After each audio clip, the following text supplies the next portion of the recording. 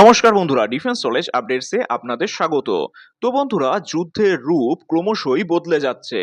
গতানুগতিক ট্যাঙ্ক বা যুদ্ধ বিমানের লড়াইয়ের দিন শেষ হয়ে এখন শুরু হয়েছে অদৃশ্য যুদ্ধ বা হাইটেক ওয়ারফেয়ার।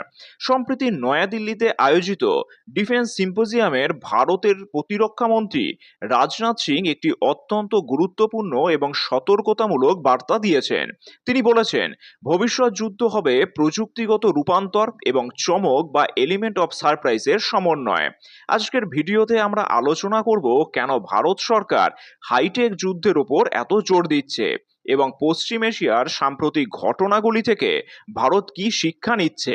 তাহলে দেখুন, প্রতিরক্ষা মন্ত্রী জানিয়েছেন যে আধুনিক রণক্ষেত্রে জয় পরাজয় এখন আর কেবল সৈন্য সংখ্যার উপর নির্ভর করে না। এখানে মূল চালিকা শক্তি হলো র্যাপিড টেকনোলজিক্যাল ট্রান্সফরমেশন, অর্থাৎ কৃত্রিম বুদ্ধিমত্তা বা এআই এখন লক্ষ্যবস্তু শনাক্তকরণ থেকে শুরু করে সিদ্ধান্ত গ্রহণেও ব্যবহৃত করা যাবে। এছাড়াও সশরীরে আক্রমণ করার আগেই শত্রুর যোগাযোগ ব্যবস্থা এবং বিদ্যুৎ গ্রিড অচল করে দেওয়ার ক্ষমতা এখন যুদ্ধের বড় অস্ত্র হয়ে দাঁড়িয়েছে। আর কি, আর দেখুন, স্যাটেলাইটের মাধ্যমে রিয়েল টাইম নজরদারি এবং জিপিএস গাইডেড মিসাইল সিস্টেম যুদ্ধের গতিবিধিও কিন্তু পাল্টে দিচ্ছে। আর রাজনাথ সিং এর বক্তব্যের সব থেকে উল্লেখযোগ্য অংশ ছিল দৈনন্দিন ব্যবহার্য প্রযুক্তির অস্ত্রায়ন। অর্থাৎ তিনি স্পষ্ট করে দিয়েছেন যে এখন আর কেবল সীমান্তের যুদ্ধ নিয়ে ভাবলে চলবে না। তিনি গত কয়েক মাসের পশ্চিম এশিয়ার সংঘাতের দিকে ইঙ্গিত করেছেন, যেমন পেজার বা ইলেকট্রনিক্স ডিভাইসের মাধ্যমে বিস্ফোরণ।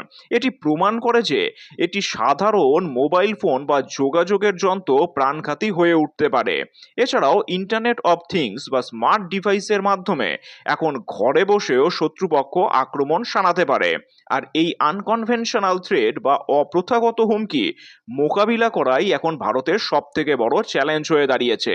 প্রতিরক্ষা মন্ত্রী জোর দিয়েছেন যে যারা আগে নতুন প্রযুক্তি গ্রহণ করবে এবং প্রতিপক্ষকে চমকে দিতে পারবে তারাই কেবল বিজয়ী হবে। অর্থাৎ যখন শত্রু ভাবতেও পারবে না যে তাদের ওপর আক্রমণ হতে পারে, ঠিক তখনই আঘাত করা। আর একেই বলে এলিমেন্ট অফ সারপ্রাইজ। একটি ছোট দেশ বা গোষ্ঠীও যদি প্রযুক্তিতে উন্নত হয়, তবে তারা অনেক বড় শক্তির মোকাবিলা করতে পারে। ভারত এই বিষয়টিকে মাথায় রেখেই তার প্রতিরক্ষা ব্যবস্থার আধুনিকীকরণ করছে। আর ভারতের প্রতিরক্ষা মন্ত্রণালয় এখন কেবল বিদেশি প্রযুক্তির ওপর নির্ভর না করে আত্মনির্ভর ভারত প্রকল্পের মাধ্যমে নিজস্ব হাইটেক ইকোসিস্টেম তৈরি করছে।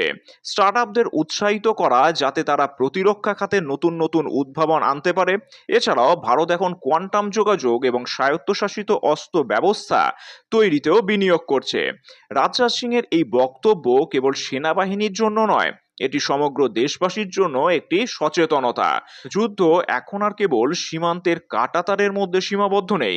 ডিজিটাল নিরাপত্তা এবং সাইবার সচেতনতা এখন জাতীয় নিরাপত্তার অবিচ্ছেদ্য অংশ। ভারত কি এই হাইটেক যুদ্ধের দৌড়ে বিশ্বশক্তির সমকক্ষ হতে পারবে? আপনাদের মতামত অবশ্যই কমেন্টে জানান। আর ভিডিওটি ভালো লাগলে অবশ্যই লাইক, শেয়ার ও সাবস্ক্রাইব করে দেবেন। ধন্যবাদ।